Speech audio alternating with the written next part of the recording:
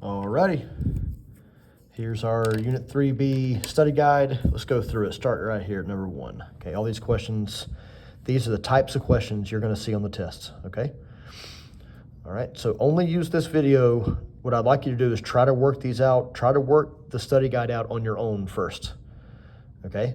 And then if you need help, come back and watch this video. So if you haven't even tried to work the worksheet out yet, go try to work the worksheet, then use the video only if you need it, okay?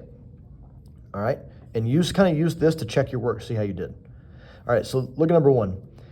Sarah asked 10 random students in the lunch line if they would be willing to discuss what they plan to eat for lunch. 2 of them said yes. Okay, so this is a little bit of a confusing wording here. So what we're going to do is, this is our sample, okay? So we're going to assume, even though it doesn't say it here, we're going to assume that she's asking to get basically the opinion or the plans for lunch for the entire school. So we're going to assume that the entire school is the population. All right. Now, if she only asked 10 random students, so there's our sample right there, and only 2 of the 10 said yes.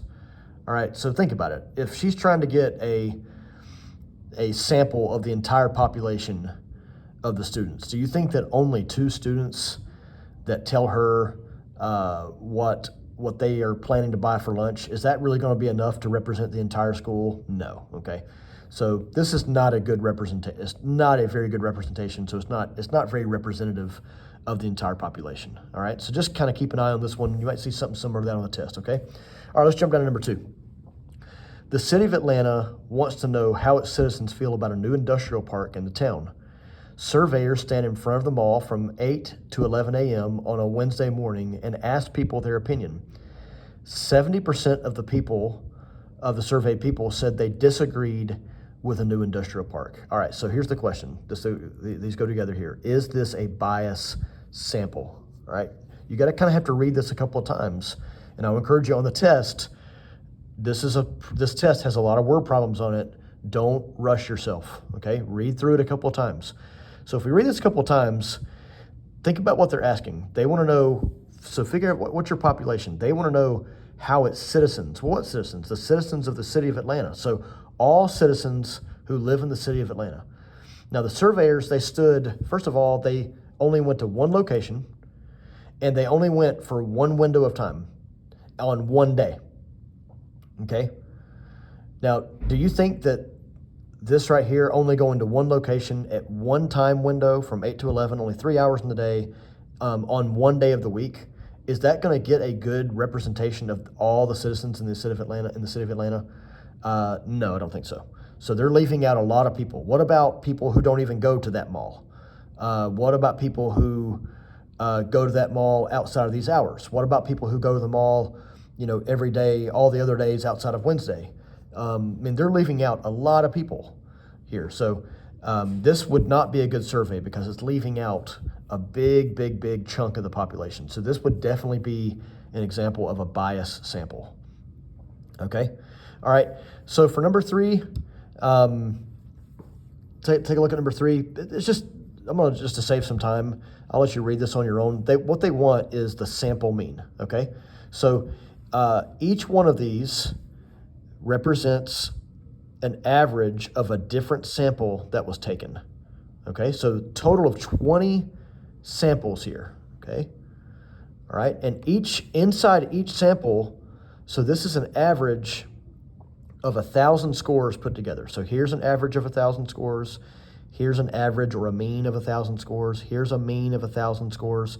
Each one of these numbers represents a different sample or a different sample mean. Okay, so then we're going to take all the sample means and we're going to come up with one total sample mean of all of these. Okay, so again, basically all you need to do here is just add up each one of these.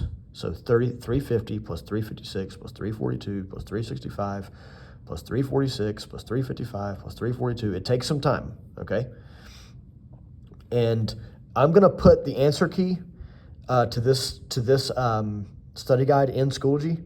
So I'm not going to take the time to do this, but I'm going to give you some guidance on how you would do this problem, okay? And then I'll have the study key, I'll have the answer key so you can check your work. You're just going to add each one of these. So again, 350 plus 356 plus 342 plus 365 plus 346 plus 355, all the way down. Add them all together, and then you're going to divide by the number of samples that we have here. So we have 1, 2, 3, 4, 5, 6, 7, 8, 9, 10, 11, 12, 13, 14, 15, 16, 17, 18, 19, 20. So I'm going to add all these together.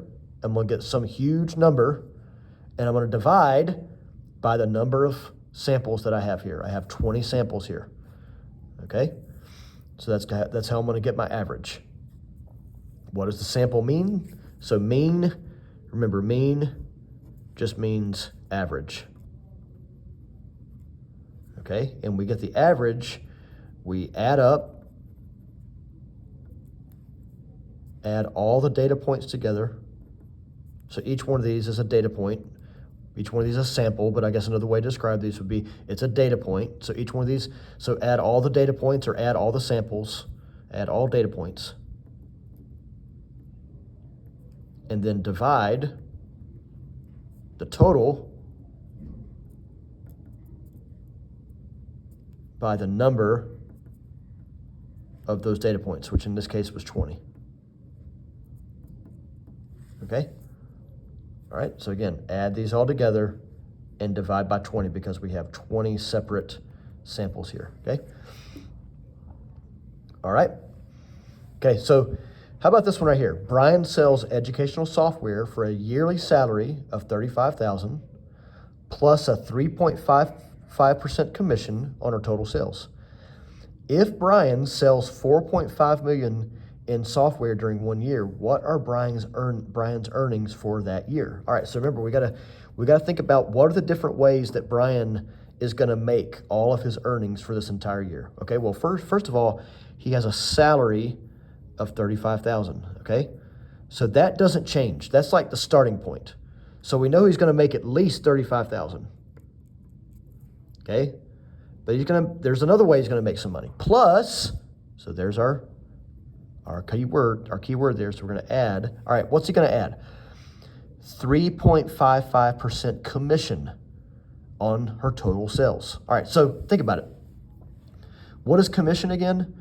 It's a percentage, so in sales, it's a percentage of the total amount that person sells. So Brian sold $4.5 million in sales that year, and he's gonna make 3.55% commission of that, okay? So this, don't get confused. This is not 3.55% of his salary. It's 3.55% of his sales, okay? So here's his sales right here. So you're gonna take 35,000 and add it to, okay?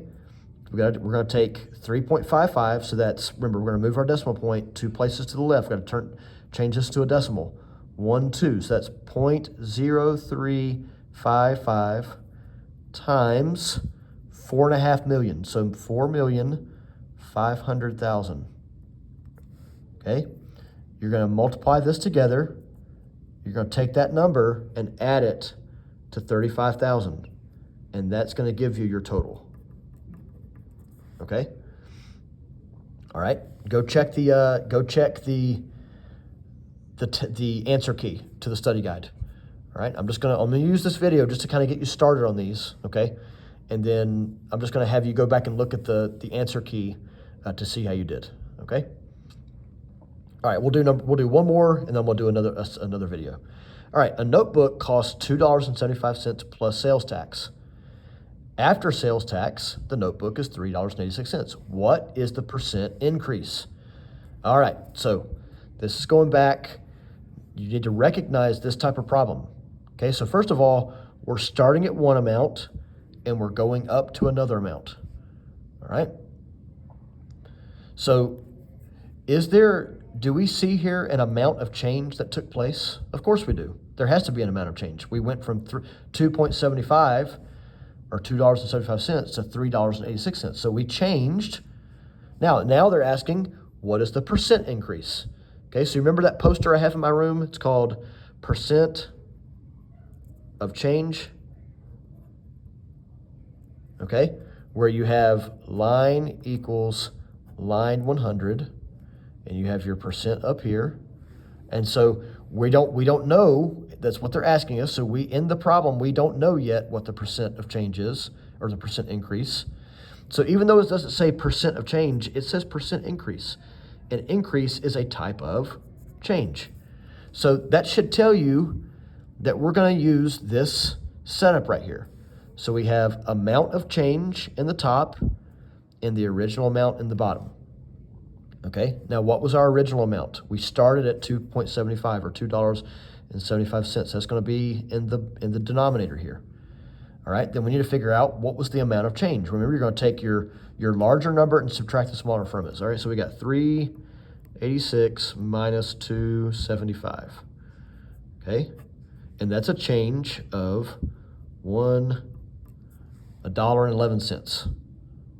Okay, so 386 minus 275, 6 minus 5 is 1, yep, $1.11. So that's the amount of change right here. Now do you remember what to do here? Every proportion we solve the same way. We're going to cross multiply, okay? So it's going to give me 111 equals, so if I take 1.11 times 100, I get 111 equals 2.75 x. All right, so 2.75 times x is going to be 2.75x. Now, do you remember what to do to get the x by itself? We got to divide both sides by what? That's right, by 2.75 by 2.75. Now, when you take 111 and divide it by 2.75, you will have your answer. Okay? All right, this is just a review. I'm not really reteaching anything right now. I'm just kind of reviewing what we've already been learning these last few weeks, okay?